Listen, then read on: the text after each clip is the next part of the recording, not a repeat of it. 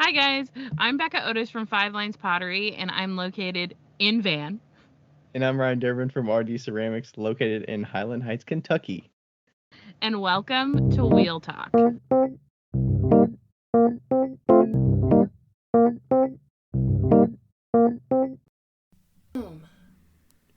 Hi. Got it. Hello. We're live. Hi. I forgot to show you. Look at my little visitor. Oh, you can see Lloyd. her. I can see Lloyd. That is not Lloyd. Wait, that's not Lloyd? No, that's Lua, which is Oh. funny because they both start with L's. So that's Jen's cat, and You said when I went visitor. to I'm like, that just looks like Lloyd to me. yeah, no, it's like she's an all white Siamese cat, and she looks exactly like Lloyd, and Wait, Lloyd's and a it was Siamese? no, I don't think so, but I think he does have some Siamese in him, and but it was like I was here the first day I was here. Lua like walked up and I was like, "What the fuck, Lloyd? How did you get in here?" And I forgot it was Lua. I was In like, the house. "Oh right, yeah." I would think she would act differently, and you would know the difference. You would probably know it, but at first glance, hard to tell. Her face is a little different though. Like her nose and stuff is a little pointier. She's a tiny bit different for sure, but yeah, She looks no, a little she's more sweet. chill. She's I don't know. she's no, she's very skittish, but Oh. she's in the bed, so she's fine right now. But yeah, Okay. she gets tortured by Jen. Like Jen picks her up and like just loves on her so much. Yeah, some cats are not all about the so much affection. Yeah, It's a little one-sided in that relationship. Like Jen does it so much that you can just see Lua's face, and she's like, "Here I am. This is my life." Like You feed me, so I can't complain too much.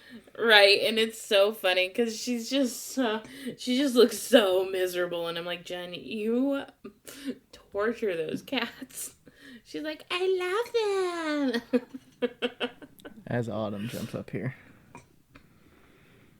Yeah. Anyway, how are you? Good. In case you didn't, for everybody listening, it's been like 5 weeks since we've actually talked. I feel like not like in reality because we've done podcasts together with guests, but in this format where it's not an interview. I mean, we saw each other at ClayCon West, but the last time we actually recorded has been a bit. A bit. Yeah. So it's long overdue. So I think it's the first time this month at least. I don't know, but yeah. So this is probably going to be like just a talk catching up and we want to talk. Yeah. Seeing what's going on. Sure. Episode. Okay, so in case you haven't noticed, I'm like obsessed with this vest. I have noticed. You look vest. Like a It actually looks really good with the shirt. The color. Yeah, it does. It does. With the brown, it kind of looks like you're like out ready to go like chop down some trees. Fucking lumberjack. This was for my grandpa's. I assume it was my uncle's. Maybe it was in his basement. You're on the vintage trend. And we brought it back with us because I thought it was kind of goofy and it fit perfect. Of course. I'm not a vest person, but it's like comfy and nice. So, I wore it on that reel, and I was like, ever since then, I'm like, fuck yeah. Yeah. I'm wearing this that reel was hysterical. When you like turn around, you're like, hey. Rachel loved that. She was like making fun of me because of the turnaround. I loved it so much. I was like, oh my God. And then the blooper part was funny too. Yeah.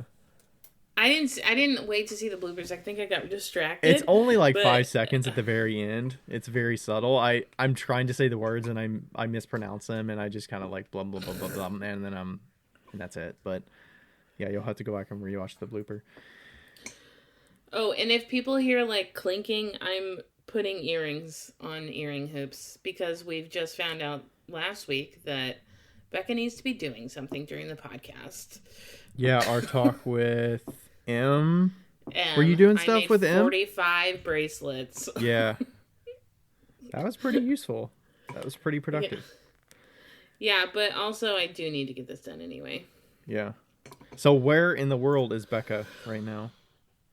Well, I'm in Los Angeles, California. Last week I was in Washington State. And it's been so beautiful here this week. It's been like 70 degrees. Yesterday, 2 days ago, I think it was 80. Wow. Like insane. And then tomorrow it's going to rain. So, yeah, so I'm in California. I'm at Jen's house. Some people have heard me talk about Jen. Jen is one of my best friends. She was my college roommate. As Andrew likes to say it, she's my California best friend. Mm-hmm. Ryan is my Kentucky best friend. Andrew is my Washington best friend. Becca plays no favorites. Yeah. And, but she's got 2 kids, and she lives in her, like, grandma's old house. Like, when her grandma passed, she moved into this house, and it's, like, got a pool in the backyard. It's got a huge backyard. And Jen's like that friend that doesn't know anything about pottery that supported me from day one. Like, yeah. She is like the biggest supporter of me. And she always has been and always will be, I think. And like her cupboards are littered with my cups. She has the first fancy cup. Yeah. That was really shitty. And she's like... Because she's purchased them, I suspect? Yeah, she's bought them. Yeah. And she supports all my friends, too. She's, like, really about only buying from small businesses. She's the one who brought me to the place that April Adewale works. Right. she was the first one that, like, showed you that? Yeah. She's the one that, like, introduced me to April, essentially. Like, yeah, Jen is the epitome of good people. So nice. Yeah. And so her you're there the because what?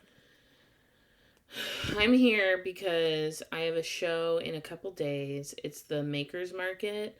The Market for Makers. It's the same one I did in Chicago in, I want to say, June.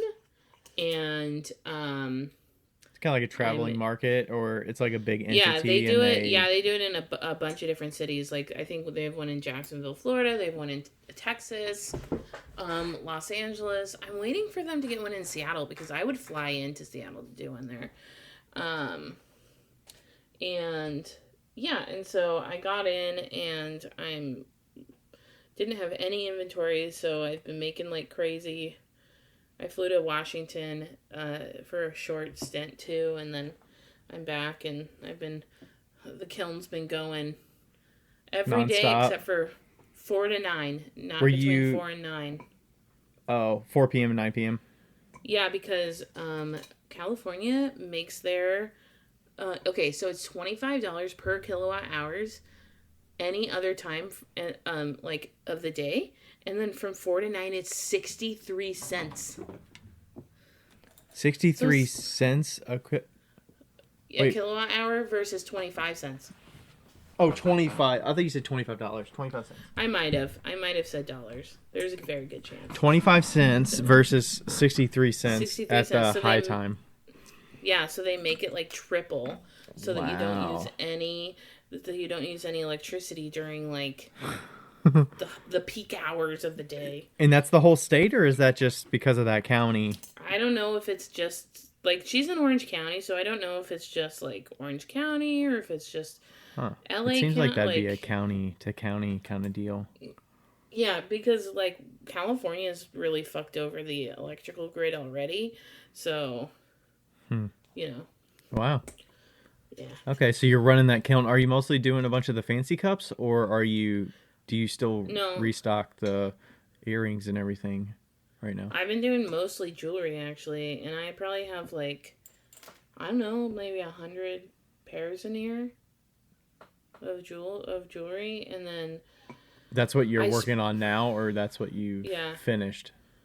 Yeah, I finished 100 pairs. I'm just putting the hooks on them. Oh, and, okay. And I've... Yeah, and so then I spray painted my whole booth. Did you see my booth setup I today? saw that. Is it all? So is it all the same booth pieces that you had, or did you purchase new ones or build new I ones, or? bought new ones because okay, so when we were at Claycon West, which we will talk about today, when we were at Claycon West, um, Josie and Nicole had like their whole setup was really great, Mm. and it all collapsed down into like really small pieces. So I bought the same cup stand that they had and the same earring holder that they had, but then I spray painted them fun colors. Oh, nice. Okay. Yeah. I think I actually remember the stand you're talking about. It's like a tiered Yeah, it's kind of like your tiered stand, but it was sort of, cheap. yeah. But yeah, Like cheap wood I and stuff. actually I was listening to Mud Peddlers today, and Dante mentioned it. Actually, he mentioned that stand that he saw, and he's gonna get one, or he did get one, or something like that. So, Yeah. um, Well, Dante, if you're listening, I bought it and I can give you the link.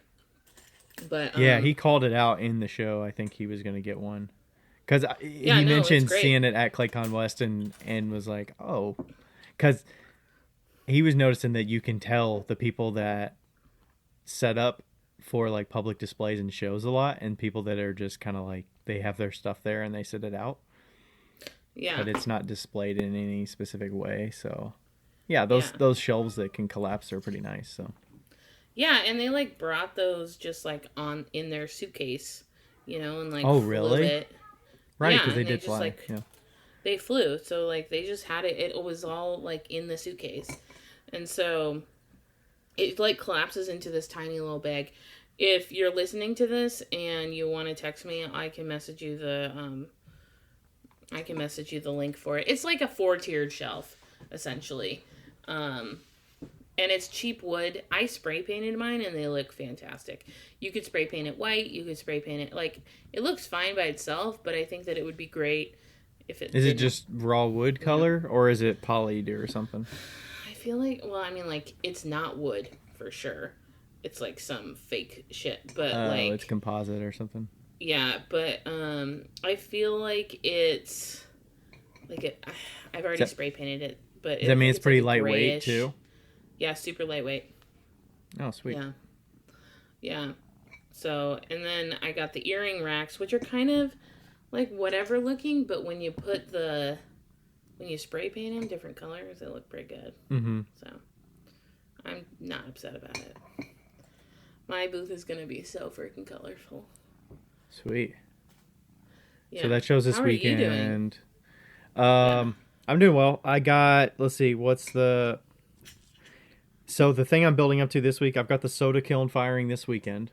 So folks are coming Yeah. in. We're doing the kiln build at the house, That's so exciting. loading it, firing it, glazing everything, unloading it. So should be a full weekend. I got everything ready, I believe. I still got to pick up the angle iron to actually put the soda mixture onto to put it into the Okay. kiln as it's, at that cone 5 temperature. Yeah. So I'm going to go pick that up from a local like steel place. I didn't realize how expensive angle iron is. It's like $70 for I had to get an 8-foot section because it's scrap, but they're going to cut it down for me. So, uh, Wow. angle iron, I got all the kind of high alumina mixture put inside the kiln this week or over the weekend, so Yay. that was fun. I was putting that off for so long, and I was putting off I've been shaving down the bricks a little bit because the insulated ones are arches technically, so I had to shave Yeah. down a batch of them so that I could put the floor down fine. So yeah, so that's the focus now.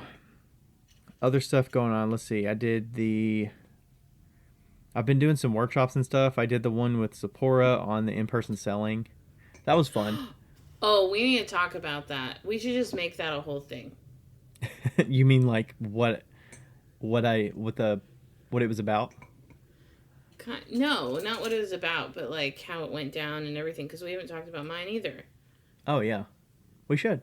Yeah. How many did you have for yours? I think it was 25. Nice, nice, nice. Yeah. That's awesome. So, Yeah, I was expecting to get 15 to 20 or so is what I was hoping Well, for. it's not like it's a little bit more niche market, you know. Yeah. And some of the stuff you gotta, I don't know, it totally depends. Like the marketing play that you have to do, and the involvement there is really important. Yeah. But it's a balance of like how much do I want to market to get an extra 2 or 3 people, or because it's really a I got like crapshoot. extra 30 people on. Well, yeah, that's because you had 116 or 115 your whole thing. 115, so. But Heidi got 116. I know. Zipporah told me. That's why. Was she freaking excited about it? Yeah, she was ecstatic. I don't think she expected that. Yeah, well, Heidi was like, Becca got 115. I can get 115, and then she got 116. That's awesome. See, like, that dang. Seems like that's so niche, but I think there's a balance of how much we share in general and like other ways that people can find out that information. Yeah. But also it is personality based, and it's also like following and how loyal the following is. So it's really a crapshoot with some of these workshops and classes of what you're teaching. Yeah, for sure. So I did that. That went really well. I feel like I could get deeper than I can on the podcast because it was really me being the leader and focus of it. So I could really elaborate as much as I wanted. And I had visual aids that I was showing, so I could really talk about, booth shots and stuff like that. And what you could see in my booth setups and that kind of thing. But that was good. I also have been doing the bookkeeping workshops. I did my first one this 2 days ago, actually. So I had 15 folks in that. Nice. And I've got, I think, 12 or so for the one that's coming up. Nice. So I was hoping to get 10 to 15 in that one. So I'll surpass the 10. Hopefully we'll get to 15 by the time that comes around next Saturday. So I think if we're gonna release this weekend, if you're interested and you're listening to this and you want to attend the bookkeeping workshop, which is me talking about how I keep my income and expenses and use a combination of Google Sheets and Google Forms to input my income and expenses throughout the year so that it gets populated, it all comes together, and then I can like track how I'm doing in the different ways that I sell, whether it's like shows or wholesale or consignment or whatever. I can compare them against one another. I can look at where the different shops are, how they're doing in relation to one another as well. Since I have data from the previous year, I can track how I sold every month of last year, how I'm trending so far this year, and things like that. So it's pretty in-depth. It's an alternative to a QuickBooks solution or something like that where it's automated. You pay your subscription fees. You kind of set this up once based on what you want, and then you can roll with it. But you've got to input the information if you're not keeping up with that. I know certain personalities can do that. Some can't. I cannot. Yeah, so I cannot do a spreadsheet like that. Yeah. Unless it's once a month. Like I do a spreadsheet like that with my sales tax, which is easier because it's literally one day a month that I have to put it in, and I only have to find 3 numbers. But yeah, I use an app called Hurdler. And if you want that, send me a message and I'll send you a code. Is there a referral code? There's a referral code, and I can get $20. So does Hurdler actually cost money? I thought it was free. It costs $99. If you want, like, all the things. $99? A month. No, I'm kidding. It's a year. I was like, no fucking way. You're paying $99 a month. I'm like, that's probably more than QuickBooks. No way. No. It's a year, but it also tracks your driving. And see, you always mention the driving. Is the driving thing free if you didn't use the other stuff? I think so, yeah. Okay. I think so. See, that's the only thing you've mentioned about, or that I remember about Hurdler before, is that, if you want to track your miles, Hurdler's an option. Yeah, I didn't realize you could do all those other things. It's not free because I've been paying for it for years.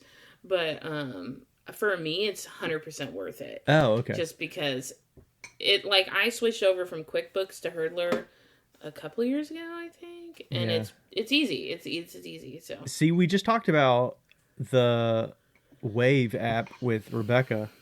which is a good app too. And I need to look into that and see like where the comparison is compared to mine. I mean, obviously I'm teaching this stuff, so I feel like I have to use what I'm preaching.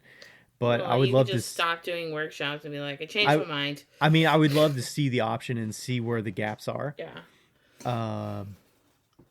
Because I think that there are different solutions depending on how big your business is. If a lot of people are not, like, I could get to a point where it's just not manageable for me to manually do that, but you kind of build a habit of it so it becomes manageable. But if you can find options that take a lot of that weight and stress and time away, then I can see where the value is in spending money on something like that. But Wave is free from what Rebecca said, so I think maybe that's a good option. I don't think I've used Wave. I've used other ones. Okay. Never. Yeah, I'm sure there's a lot on the market. But if somebody wants to learn that, on February 10th at 11 a.m. Eastern, you can go to my Instagram, and I have a link in my profile that you can sign up if you want to get in there. One of those last spots, get me to my 15 that I'm looking to get to. So that's been the focus. I'm kind of excited to be past the workshop phase because from the marketing of it, it takes time away and focus, and I just want to be like back in the studio making. Yeah, I'm making no money right now, so I feel like marketing for that was easy because it was like, oh yeah, I mean I think it's easier also like marketing for one event, one workshop. For sure. I think when you start stacking them, like I feel bad for Zipporah because she has so many, and that's how she makes a living, is just it's essentially marketing for all the workshops. And and like we were talking about it, me and Zipporah were, and like the person that's doing the workshop really has to step up and market too. Like it has to be an equidistant relationship as far as marketing is concerned. Equidistant? Is that the right word? Equidistant. I don't know if that's the right word. Equilateral, equidistant, equal partnership. Equal partnership. And it's funny because so she takes 50%, but I've never once in my whole life been so happy to give somebody 50%. Well, yeah. I mean, it's also we like her and we want to support her. I think that's a lot of the reason. Yes, but that's a lot of the reason. But also, it's like you want to monitor I think the other stuff. I think realizing how much you don't have to worry about when somebody else is leading it, and you can also like offload stuff. They could. You could be like, oh, well, I could do this, and then she'll be like, oh no, let me just go do that. I'll take care of it. And she takes care of it. And it's like, oh, well, this is like a gallery working for their 50%. Like, this is what you would hope to see. Except you don't see all of that stuff behind the scenes if it's like a gallery selling your stuff. You but hope then that I was some also, of that's happening, but... Yeah. Then I was also like, man, it would be really nice if I actually did my own workshops or my own classes and advertised them like I advertised that class. And I could probably make a shit ton of money. Mm-hmm. Like selling small classes. And I mean, I think we have an advantage being on this platform to be able to talk every week, and we can market that stuff, and we give bits of information, but it also gives us credibility in what we know what we're talking about, and that if you want to learn something of specific skill, then hopefully they know us enough that they know that the value is there. Yeah, for sure. The next one that I'm going to do with her is nesting bowls, and I'm kind of stoked for that one. Yeah, I heard about that. Nesting bowls. That one's coming up sometime in May. Is that right? I don't know. She did the other one for August, and I was like, let's cut it in half. I think it's May or April. Yeah. Okay. So we'll talk more about that on here when it's coming up, but... Also, this is totally not on topic, but... Okay. Have you ever heard of the liquor cherry bounce? Cherry bounce? No. What is it? Okay, so it's whiskey soaked in tart cherries. And I bought it. Oh, it's an actual recipe. Yeah, so I bought it I bought it from like a distillery up in Michigan. And I've had it for like a minute. And I don't know what I put it in the first time, but while I've been here, we put it in Coke. Holy fucking shit. It sounds good. goddamn delicious. Like, you would die. So, it says Cherry Bounce is a brandy-based cordial or liqueur that traces its roots back to Britain. While it's typically made with brandy, some Cherry Bounce makers prefer it with bourbon, giving the cordial an even more southern edge. Did you all do it with brandy or bourbon? No, I bought it. Oh, you I bought it? it like already made. But this is definitely a drink that you would like. Okay. Like, I mean, I love cherry Coke. Yeah, cherry Coke and cherry Pepsi is your favorite. So, yeah. Do you have a preference of cherry Coke or wild cherry Pepsi?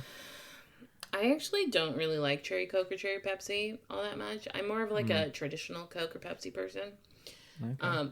But God, I wish I would have been recording Andrew when he said this, because he gave me every bit by bit of when Coke is better than Pepsi and when Pepsi's better than Coke. I don't give a fuck, personally. When, as in like fountain versus can, that kind of stuff? Yes. Or okay.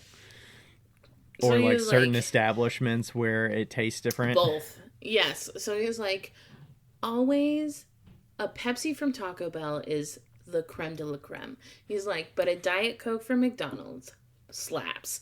And then he's like, but you have to have Coke out of a glass bottle or a can. Plastic bottles, garbage.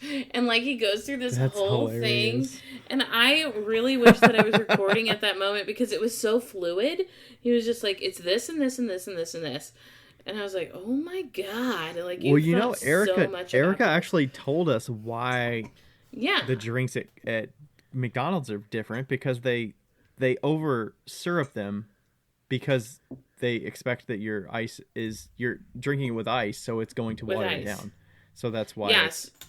And their straws are like 30% bigger. So you get more of the beverage in your mouth at one time, I guess. So the flavor aerates it, I guess. I don't know. But I'm more of a cherry Coke fan. But if I see a wild cherry Pepsi and I'm like surprised by it, I'll be like, "Ooh, I'm gonna get that."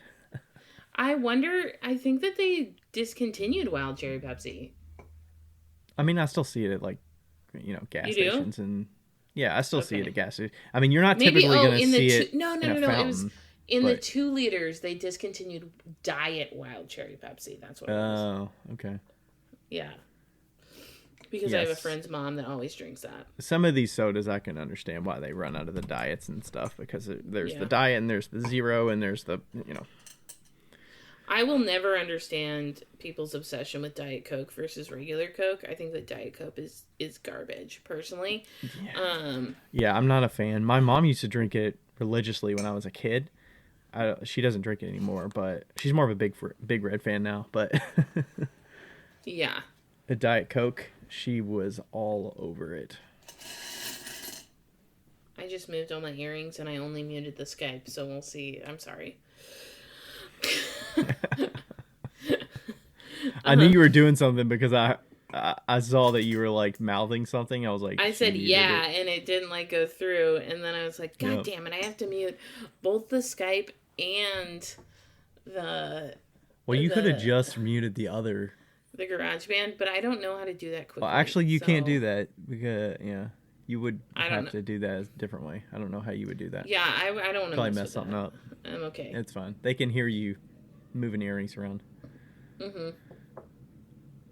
Yeah. So busy times over here. I feel like next week it'll lighten up, but I feel like I say that every week. I like see more dates open in my calendar once February hits, but once this soda kiln, I think building up to the soda kiln, and then before you know it, NCECA will be here. So.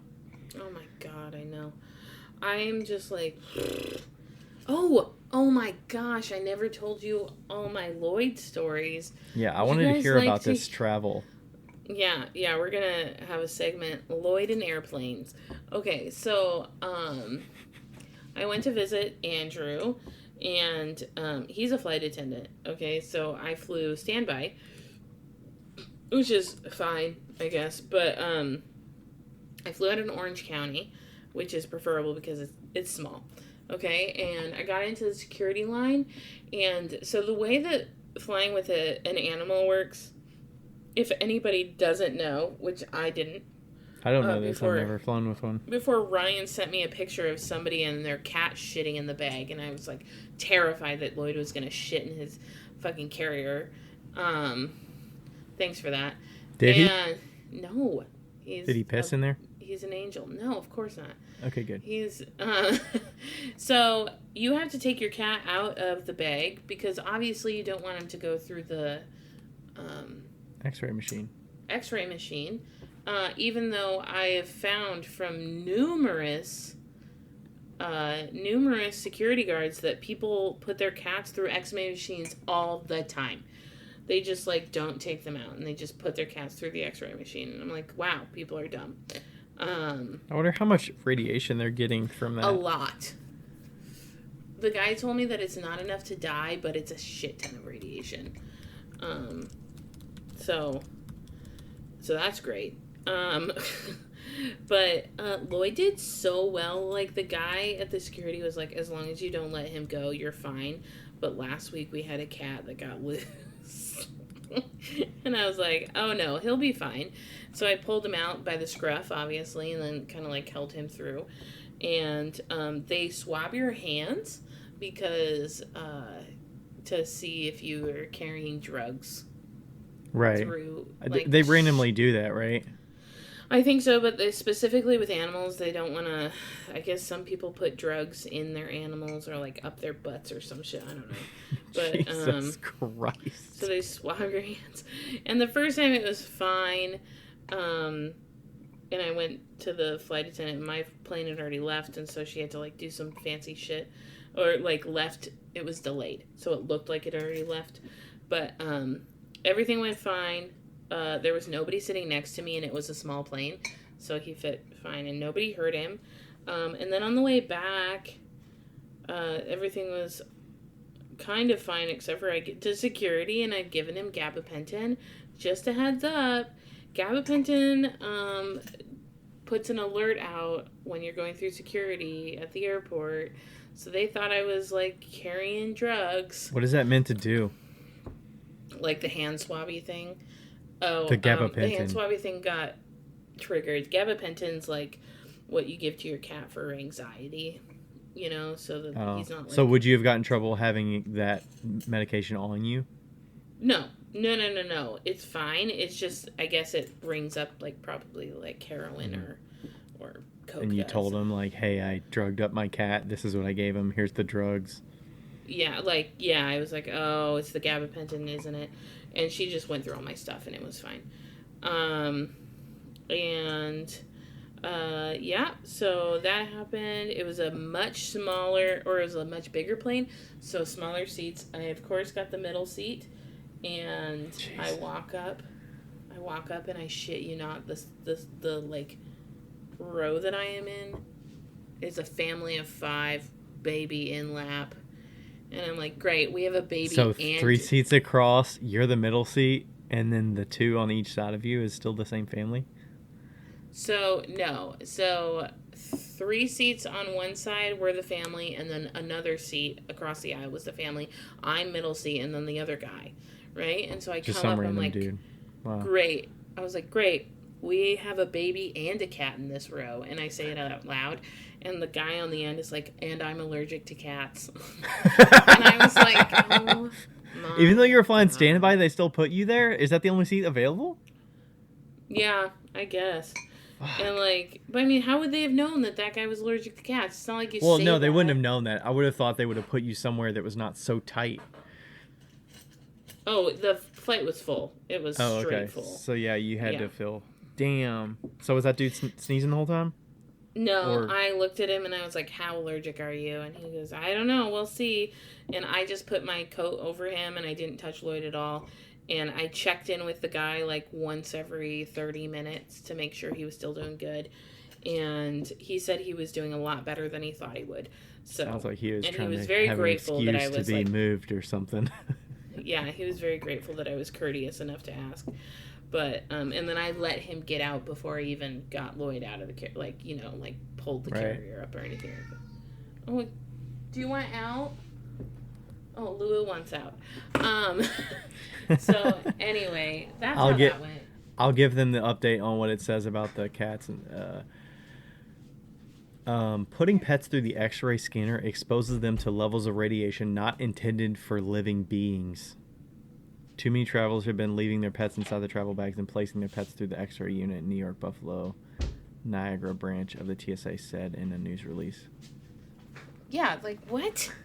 Why would you ever put your pet through an X-ray scanner? That is ridiculous. Yeah. It says don't freak out if you've already done this, but yeah, it basically just says, carry them through the metal detectors in your arms, and then the empty carrier goes through there. So, yeah. Whew. But Lloyd did not like it. He did not sleep with me for the next 3 days, and yeah, we'll see how he does in the future. You're talking about while you were in Washington? No, like, he only slept with me yesterday. Period. Since you left, yeah, and you've got back, he just he was like, I hate buddied up to you again. Yeah. But he wasn't like meowing a lot and all that, right? He was in the carrier. He was. He like, if you don't touch him, he's fine. But once you pick him up, he's like, meow, meow. Yeah, he's like, meow, meow, meow, meow. And I covered him with my coat and stuff, and it was fine-ish. But he was not having a good day. Were the kids all like excited because you had a cat, or? Oh, yeah. All the kids were like, there's a cat. Well, not the ones, like, sitting next to me, but, like, all the ones, if they saw the cat, they were like, oh, my God. So, yeah. Jeez. But the people next to me, even though there was a baby and he was loud and annoying, they were so sweet. And the mom was like, I'm always scared about who we're going to sit next to and if they're going to be okay with having all these kids next to them. And I was like, I don't give a fuck. Like, I've got a cat here, lady. Yeah. And I'm like, I'm around little kids a lot, so it's not that big of an issue. Did you use those headphones on the plane? Well, the first time I did. The second time they were in Lloyd's carrier, and I couldn't get to them because I was in the middle seat, and I didn't want to bend down, and I'm too short, and I have T-Rex arms, so... Yeah. They worked pretty well on the plane, I would suspect, right? Yeah, they worked great. And that's good. And I wish that I had them for the flight back, but... Mm-hmm. I've never done a flight with no music at all, and it was rough for my mental health. Yeah, because just the whirring of the engines and it sounded like the baby and stuff. It adds up. A lot of stimulus and a tight. Also, when you like land a plane and all the kids are like, they start like crying. Mm-hmm. Lloyd was also involved in that. He was like, I hate this, my little ears. We landed on Earth again. Yeah. So that happened. Were you working and making stuff in Washington? Or just the beads. I just brought the beads to make. Okay. Yeah, to make jewelry. Okay. I couldn't remember. I figured that was like an easy thing to transport, Oh, yeah, that was a good idea. Because I was like, she's going to have to fire it somehow and then bring back a bunch of bisqueware? I thought about it, but I didn't. Yeah, that would have been kind of tough. Yeah. Okay. Oh, and I got a new tattoo of Lloyd. Yeah, I saw that. Who did that? Val's son, Val Flynn, right. Pottery, her son, Jack. He's done all. Is he the one that does a lot of them? Yeah, he's done all these tattoos. I'm having him starting to date them. Like, you got to put a 24 next to this so we know when you did it. Oh, okay. Nice. You could do, like, Roman numeral or, just throw a 2-4 in there somewhere. Yeah, he did. Sneak it. And, yeah. So. Sweet. Okay. Well, you're back. I'm back. Whew. Oh, guess what I'm gonna do? What? I'm gonna go to Modernism Week in Palm Springs, and I am so excited. When is that? February 15th. Okay. I think I've heard of that. Is that... What exactly is that? They, like, open up people's houses and you get to go on house tours. And it's, like, all mid-century modern stuff. Modernism Week. The Epicenter.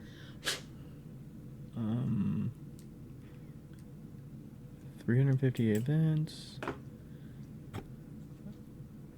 Tours of iconic homes in more than 30 neighborhoods. Popular signature home tour on both weekends.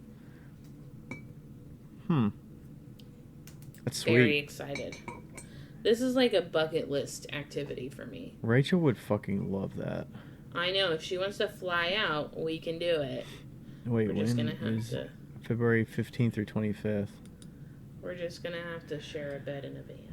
Wait a minute. Aren't you guys going to be out in California? We're that's what I was about to say. We're actually flying to Las Vegas at the end of mid-February ish, the 22nd through the 24th. But I don't know, how close is it to Vegas though? It's not that close to Vegas. Okay, it's not. It's really not, because you have to, like, go down to California and then out to Palm Springs, I'm pretty sure. So it's probably, like, 5 or 6 hours. 4 hours and 14 minutes. Oh, okay, that's closer than I thought it would be. Wow. Yeah, we're going to Vegas for a burlesque show. We're going to see Dita Von Teese. Yeah, and you never even invited me, and I'm already going to be there. You jerk. Are you? Well, of course, I'm going to be like an hour away from Vegas. Well, I didn't know that. You know it's going to be in Well, you should have talked to Rachel about it. It's okay. I know that you guys are going with Dio. Yeah, Dio's coming. Wow. Modernism Week. Okay. I'll need to put a pin in that. Yeah, if we could go to it next year, it would be so fun. Rachel would love that. I've wanted to go to... Oh, could we surprise her? Maybe. The thing is, we're basically going to be out there 3 months in a row. Oh, Click on West, that, NCECA. I know. Just need to stay over there for 3 months. Yeah, you might as well just rent a 3-month-long Airbnb over here. Ooh. Oh no, we have a crying baby. Go to bed. Go to bed. Go to bed. You get in there and go to bed. Liliana, I always say that Paige is like the smartest kid I've ever met, but this kid is actually smarter than Paige. This kid is a certified genius. Like, she got... How old is this kid? She's 3. And, she's smarter than I am, and she's 3. I swear to God. She went for what's it called when you get like an evaluation today, because they think she has autism and ADHD, and every doctor was like, this kid is stupid smart. Yeah. Yeah. We should talk about our big news. Yeah, we have some news. We have a lot of news. I feel like it's... So first let's... It's been a work in progress, but... Yes. It's like we're finally... But we should talk about the NCECA news first, for LNL. Yes, let's do that. Yeah, let's do that. So... Okay, so NCECA's happening very soon. It's end of January right now, but it's coming around the corner. It's in Richmond, Virginia, March 20th through 23rd. And if you're going to NCECA and you are in the market for a kiln... You're in luck. You're in luck, because LNL is selling some kilns. I bought one of the kilns that was at the NCECA in Cincinnati. They actually brought that for me, so it was great. It was convenient. It was at a better price because it's at the show, or at NCECA, so they have a special price for that. They actually bring 3 kilns with them to the show. Yep. One of them is given away So you definitely want to sign up for that to potentially win a kiln for just signing up. And then they have 2 other kilns there that they will have for sale that they would love to have buyers for. I believe they're still in need of some buyers for them. So if they found somebody before you reach out to me and we forward it over to them, they can let you know. But if you're in the market, we'll talk about the kilns that they have available. Do you have the list? I've got the list here, but I can read it if you don't have it. You talk about the list, because my list is back in... somewhere. Okay, so like I said, they have 3. The one that they're giving away is the E18S3, which is a 2.5 cubic foot kiln. Yeah. But it goes all the way to cone 10. So you can use it for whatever. It'd probably be a good test kiln. I think we've talked about it. Like if we were to get another small kiln, like that's up pretty that's good. What we get. Pretty good size. It's like almost that 3 cubic feet. Good size. Pretty sure that will be my next kiln regardless.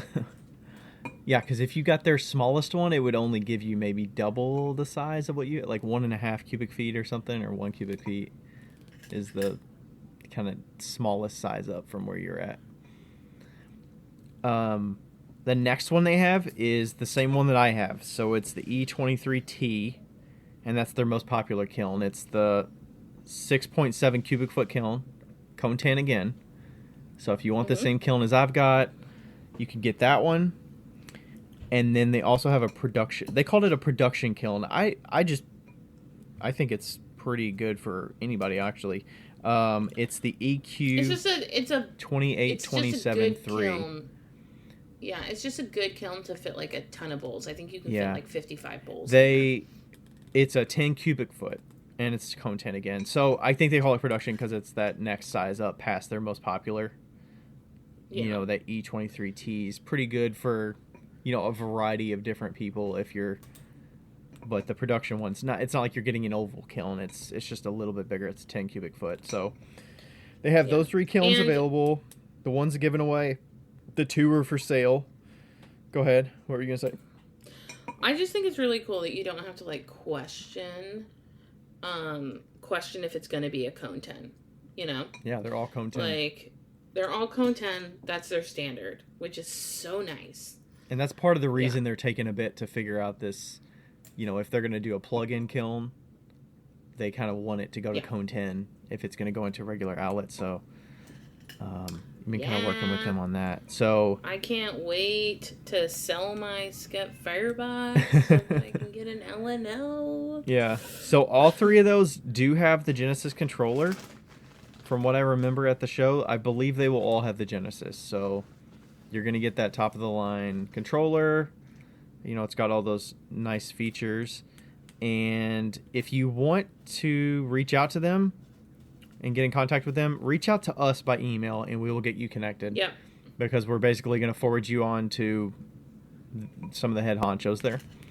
And they can, you know, chat with you about what the prices are, how much it is regular, what you're going to get with it, all that kind of thing. They can make sure that, you know, do you want to stand with it? Do you not want to stand? Do you want the furniture kit? Like, you can get it all taken care of and they can bring it with them so you don't have to do a bunch of crazy stuff and you don't have to pay exorbitant amounts of money for shipping and all that other stuff. So yeah, so if you want to email us at wheeltalkpodcast@gmail.com. You can find it down in the description. We've got our email in there somewhere, and we'll get you connected with L&L and, you know, get you a new kiln. So hooray, whoop whoop. Or you can win a kiln for just signing up. I know. Last year, an elderly lady won a kiln. She wasn't that old, but it was, like, so cute for her to win that. Mm-hmm. Like, it was so nice to not have somebody that's, like, already got, like, 10 kilns. And I think that she was I'm pretty sure she already had kilns, but it's being used in I think Dimitri said it's being used in a studio, like a community studio. So nice. Yeah. Yeah, so we hope we see you there at NCECA. Yeah, we're going to stop by the L&L booth one day. We're going to stop by some other booths. Should we talk about our other news? Oh, yeah, I'm excited about this news. All right. Pew, pew, pew, pew. New sponsor alert. Pew, pew, pew, pew. Pew, pew, pew, pew, We are officially sponsored by Speedball. Speedball. We need a catchy thing for that. Okay, so we spent forever trying to think of that. Hotkilns.com. We never said that you can find the kilns at hotkilns.com. If you'd like to go and see pictures of them, you can look at them at hotkilns.com. Okay. Speedball. Speedball, yes. So Speedball. We've been tight with the Speedball folks for a few years. But they reached out to us at the end of 2023 and we're like, hey, we'd like to get in on this podcast thing. Like, we want to support you. We want to help out. What does the sponsorship look like? So we chatted with them and we came to an agreement and we're officially being sponsored by Speedball. So you're going to hear some Speedball chatting a little bit trickled throughout the year. So, yeah, we got some different things coming your way. We got some exciting things coming later in the year. And we're going to see those folks at NCECA as well. And both of us are doing a demo. We're actually doing it at the same time. Yeah, so if you're there, you'll definitely want to stop by the Speedball booth on Thursday at 2 o'clock. Thursday between 2 and 4 p.m. We're going to be at the Speedball booth. And last year, I don't know what they're going to do this year, but last year they had stacks and stacks of bats at their booth each of the days. Yeah, and just given away. You could get a free bat. You could pick your favorite bat. You could be like, I want a red square bat, or I want a black circle bat that's 14 inches. Like, you can pick whichever one you want. And they were giving those away at the beginning of each day in their booth, so you'll definitely want to hit that up. If they're giving that away, I assume they're doing something like that because they always bring bats, but don't quote me on it. But you should stop by the booth regardless. Yeah, and we are just so excited to be sponsored by Speedball because not only do we love their products, but we love them. And we believe that having a company that has good bones is like pivotal, especially in this day and age. You gotta have good people behind your company. Yeah. So. Yeah, and a lot of companies, there's people that come and go, but there's, I think Speedball is forever. It's like, yeah, the core group has been there, and we've at the conference they bring their chemist with them, so he's there to talk about the different changes that have been made to underglazes and the new glaze lines and how they come up with the different colors and all the different products that they have available. So you'll definitely want to stop by. And they listen to our podcast. Like, Kelly actually listens to our podcast. Yeah. Like, legitimately. Which is kind of awesome. Yeah, and she doesn't, make that much in clay herself, but I think she just likes to listen and see what we're talking about and see what's going on. Yeah. So it's fun. They even let us do a demo even after I explained my demo disaster at NCECA last year. They were like, Becca, what do you want to demo so that you're comfortable? So I believe you're going to be throwing, is that right? Yeah, I'm throwing. You'll be throwing on an Artista maybe, or one of the other wheels, a Clay Boss maybe. Yeah. I will likely... So Erica's also joining me. So my studio assistant Erica will be there as well. So it'll be the three of us actually. I think I'm going to be carving cups or mugs or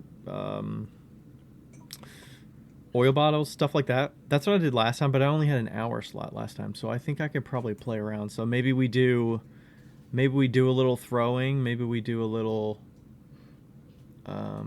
Erica's going to be applying underglaze. I'm probably going to be carving some. Maybe we can do something fun. You and I do some competitional thing maybe, or I don't know. That'd be fun. Yeah, we can play around. We can figure out what we want to do. We got a couple hours, so. This year my bat won't mess up on me, so. Yeah. That was definitely an operator error. It was not the Dirty Girls bat last year. It was me. But yeah. Yeah. So, they'll definitely have their new mid-range fire glazes on display, which are the Cone 6. Oh, yeah, those are cool. Range of colors. They've got, I don't know how many colors. I was looking on their site. I was trying to see how many there were. 6 by 5. I think there's 30 colors. And they've got such good pinks. Yeah, the Raspberry Fizz, Living Coral. I've used those. I've used the Living Coral so far, but Raspberry Fizz is also kind of pink. Purple Curant is more purplish. But yeah, we'll link down below the Speedball mid-range glazes that are out now, so you can get those at a number of different places. Clay King, Ceramic Shop, Blick. There's a number of places you can get those. So yeah, check that out. Come see us at NCECA. Yeah. We're also doing a podcast talk on Friday, so that's going to be a live podcast in the podcast room as part of NCECA. So Becca and I's schedule is going to be booked. But that one's at 1 o'clock on Friday for the live podcast. Yeah. Whew. It's going to be busy. Yeah. And this is not a paid advertisement, but at ClayCon West, we met Jordan, who owns Bluebird Clay, and he just bought it last year right before NCECA, and we're gonna have him on the podcast as a guest, but he's also gonna be there at NCECA, and he bought Bluebird, which was Soldner. Bluebird bought Soldner, and so he's making like the traditional Soldner wheels, and if you have a chance at NCECA, go say hi and look at their wheels because they're phenomenal. Yeah, Becca's like, these are top of the line.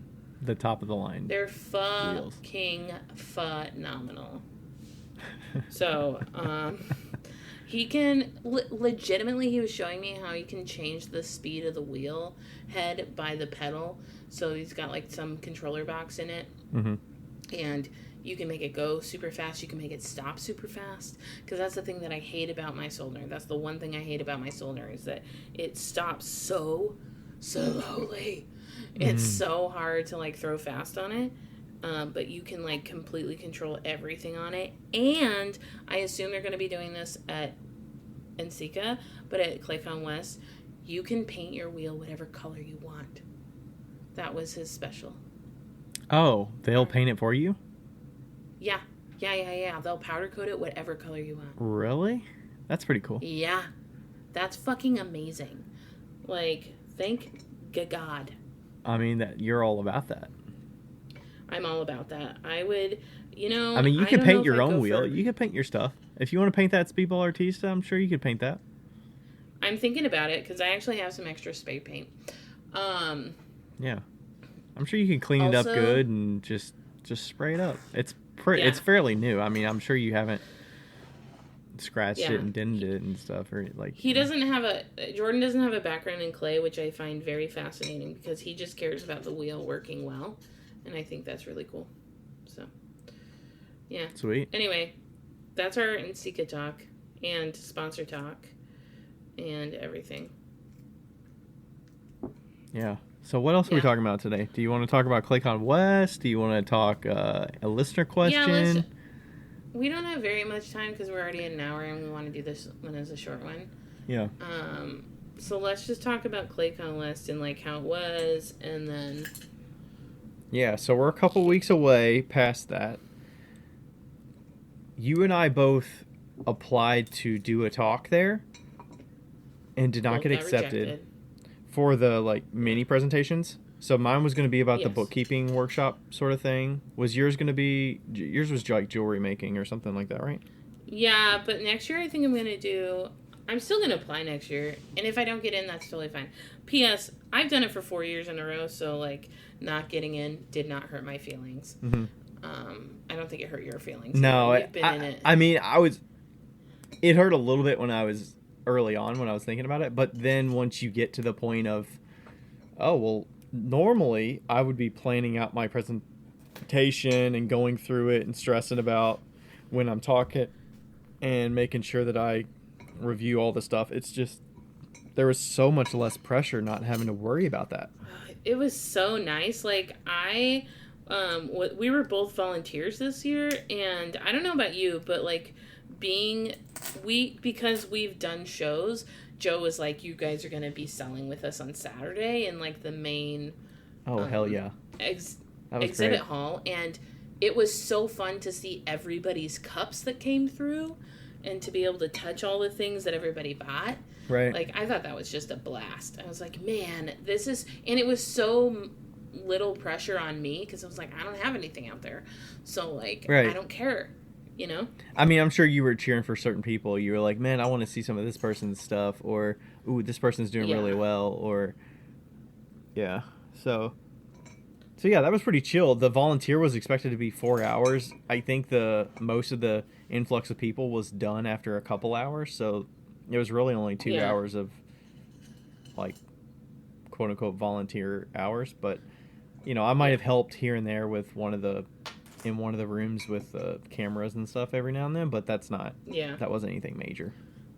Yeah, I helped with April's talk as well, but that's because me and April are soul friends. Mm-hmm. So, yeah, no, it was great. I feel like, I don't know how it can get better and better every year, but this year was so good. Yeah, I think they played around a little bit with the scheduling of some of the talks. So the first day was a little more bulky than in the past because they tried to not have so many presentations going on at the same time when the main presenters were on stage on Saturday and Sunday. So Friday was pretty bulky with the 1.5 hour presentations. But I liked that. I liked it. Yeah, I liked it. I think you definitely have to be there Friday to take advantage of all of those. You know, whereas some people might have just showed up for Saturday, or, you know, you're missing out on a bunch if you just showed up for one of the days. Right. So, or just Saturday, Sunday. But yeah, so that was different. There was a number of different talks, and let's see, I'm trying to remember what I attended. I attended April's was the first day, wasn't it? Yeah. I attended April's talking about like studio space. I attended Diana's. I went to some of Kathy Skaggs talking about the underglazes and underglaze transfer sort of slip application stuff. Yeah, it's just like, it's so technique focused and very it's just very specific, and it's you know, I think Dante was talking like it's kind of like a college lecture that you're getting about a specific topic. It's a college level expertise about a specific topic, and it goes in deep, and you can actually see the process, and some of it you can actually like go up and touch it and see the things and ask very specific questions. But I think the atmosphere of just being able to raise your hand and ask a question and not feel nervous about it, you know, that's kind of the atmosphere nice. They want for it, and it makes it really valuable, I think, for the attendees. Yeah, and then the main presenters this year was Danny Meisiger, CJ Niehaus, and Jordu Shell, and then Christina Orthwine. Yep. And Jordu and Christina were both sculptors, and then Danny and CJ are both potters. And I thought it was really interesting. I didn't watch Danny's and CJ's as much because I've already... That's really the only ones I watched, actually.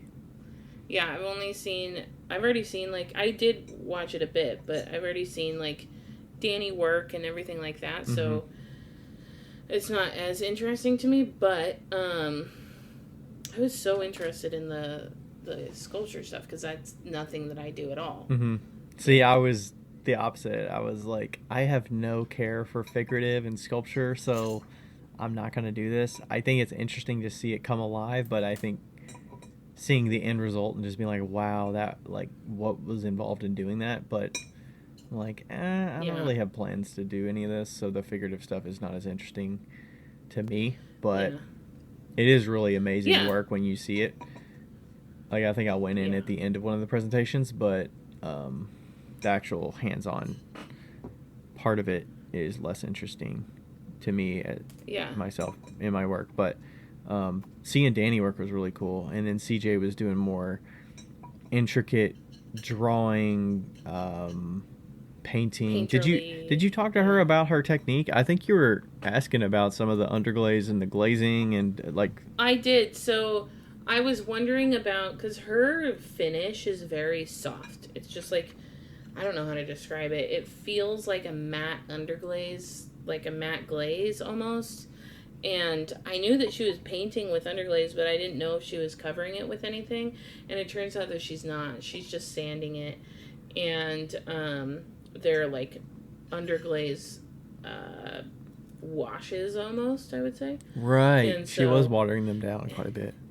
And the porcelain is kind of what gives it that texture that she uses. So okay. Because you were asking that, and I was like, I think it's all underglaze. And you were like, I don't think so. It doesn't feel like it.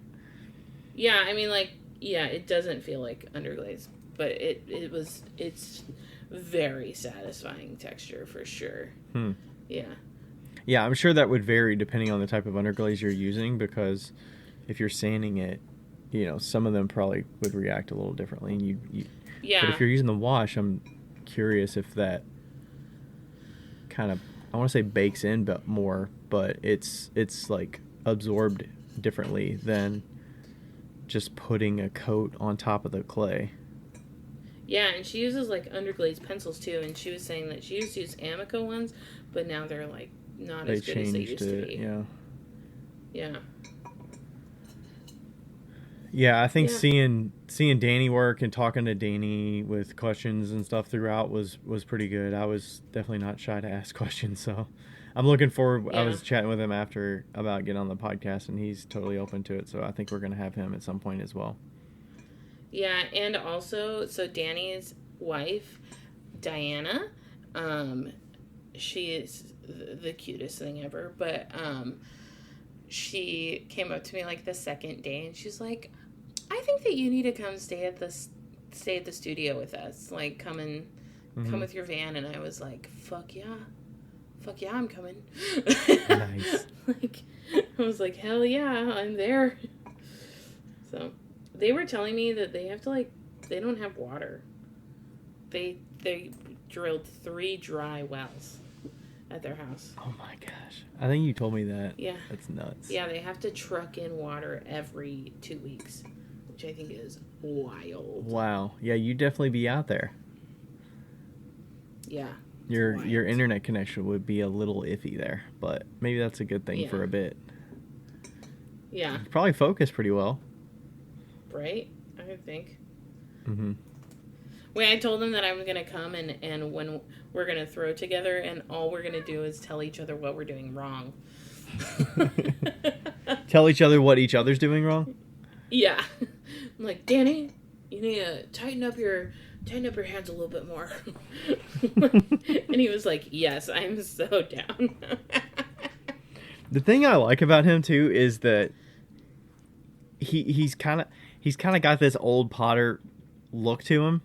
Like he'd be like an old head Potter, but he's got this willingness to be open to having people do whatever works for them and not, criticize tools and criticize ways of doing things if it works for you. And he, I wouldn't expect that, I guess. Yeah, he's like an old Potter with a new Potter attitude almost. Like he's got the old school knowledge, and some things he is pretty cut and dry, but most of the things I feel like he's like, if it works for you, it works for you.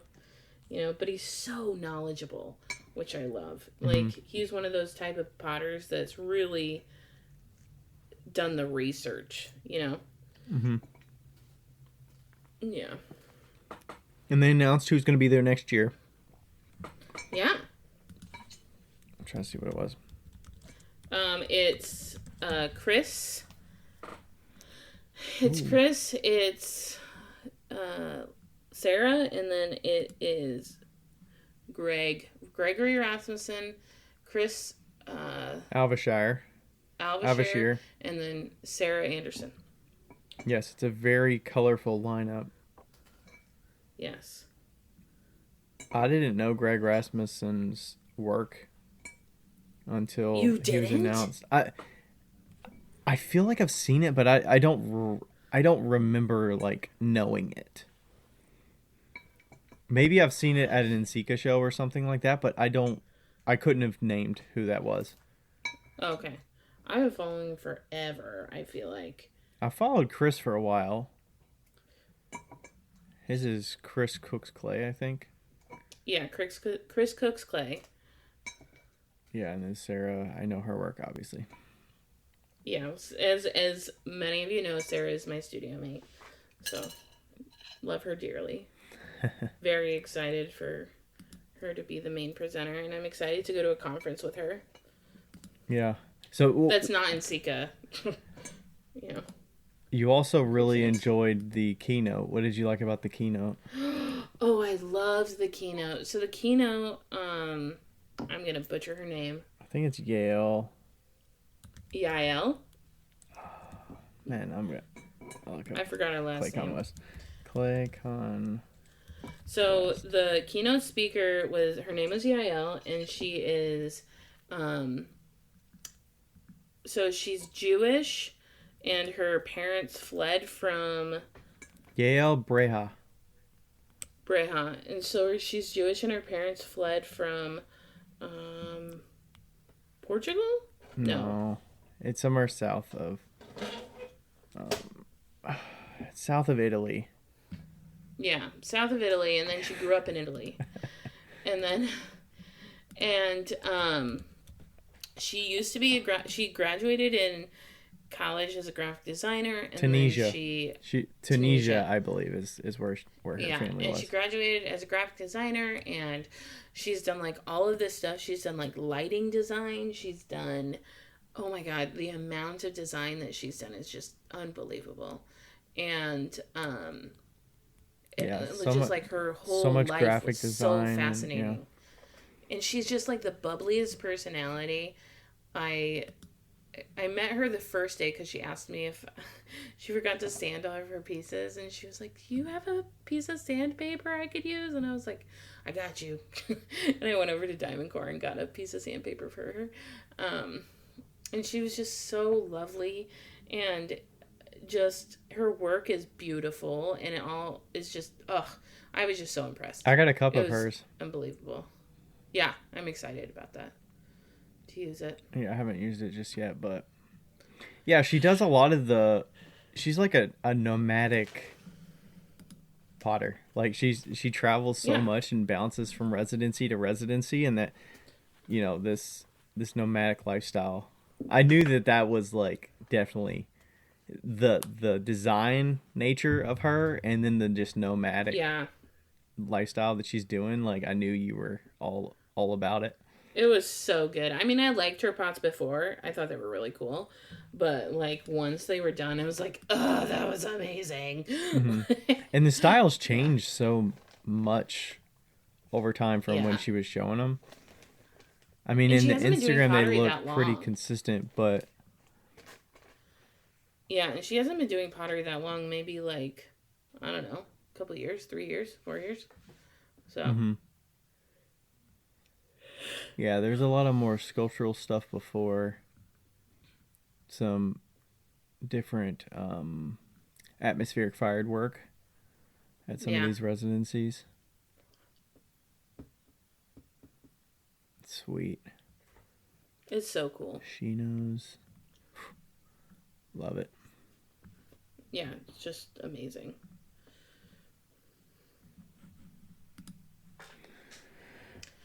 Okay. We're at like an hour and 15 minutes. Do you wanna call it? I do. I kind of do. All right. I get 30 minutes back before midnight. I know. Look at that. We're actually doing a short episode. What is this? What is the world coming to? You know what? If you guys have listened to our last couple episodes, you know that we've earned it. I still think we should do the next episode as a 2-parter. I don't want to. It's not our longest, though. Jesus Christ. I say if we hit 4 hours, we can do a 2-parter. Okay, fine. That's bullshit, but fine. All right. Do you have any parting words for today? No. I hope to see so many people at NCECA. Oh my gosh, it's going to be great. It's going to be good. I've never been to Richmond before, so I don't know what to expect, but, you know, we're going with cool people, staying with cool people. We're going to figure out a night for a podcast get-together. Yep. Like, Wheel Talk podcast welcomes listeners, and, you know, kind of like we did last year. So we'll figure out time and place for that. So stay tuned on here. But, yeah, lots going to be happening. Yeah, we'll talk about what we're going to do on our podcast little talk soon as well. Yeah. But yeah, I don't think I have any, crazy parting words for today. It's nice to get back to just us chatting. I feel like we turned into Paul Blaze recently, but that's okay. Yeah. Oh, here's a fun story before we leave. I had an interview scheduled for today, like on my phone. It was an interview that we're actually having next week, which is fine. Like I was, whatever. We've done interviews for the last 4 weeks, I feel like, or 3 weeks. And I was like, okay. And it was scheduled for 4 p.m. And then I get a notification on my phone that Ryan scheduled another interview for 6:30 p.m. and I was fucking livid. I was like, absolutely not. I refuse. You're like, what in the hell is this? I was like, I refuse to do a second interview or a second podcast tonight. And then I call him and he was like, we don't have an interview tonight. That's rescheduled for next week. And I was like, oh, okay. Yeah. I was mad. and, well, I was like mad in my own way, I guess. But yeah. Yeah. That's why I called him. Because we had 4 interviews in the last 3.5 weeks. Yeah. 3.5 weeks, and we had Clay Conwest in the middle of that. So. Yeah. And we had 2 interviews back to back last week that were both almost 3 hours. Yes. And you had to leave early on Rebecca's. I did. You're like, peace out. Yeah. So, yeah, fun times. Good times, great oldies. I think that's good. I think it's good that we're finding people, like... Agreed. I think interviews are great. It's good that there's people that we want to talk to and, like, get more information from, because at a point, I feel like there's only so much of certain expertise that we can give. So it's nice to just talk about some of these kind of things with other people. I love it. I love interviews. I think that just the dynamics of the last couple of weeks have been rough time-wise. Mm-hmm. And so... And people have time on their calendars to schedule them, too. Usually we'll ask, and it'll take weeks for them to commit to it. So it's fun. Yeah. Like, yeah, we'll have... And then we got some other ones in the books that we want to get coming up and stuff, so... Yep, Heidi's coming up. We got to do a recap interview with her. Oh, yeah. Maybe we can talk to her about her little workshop, beating you in the workshop game with for sure. Along with a number of other things, I'm sure. Yeah, for sure. All right. Thanks everybody for listening, and we'll catch you next time. Bye. Bye. Hey everybody, thanks for listening to another episode of Wheel Talk. This podcast is made possible through the contributions of all of our listeners who always ask us great questions, leave us reviews, and contact with us through social media. Thanks to all the fellow makers as well who take time to be interviewed and share about their lives and businesses. And thank you to Ashley from Boldover Ceramics and Lindy from Lindy Garner Ceramics for their assistance on the Wheel Talk Podcast Instagram. You are invaluable. Thank you to everybody.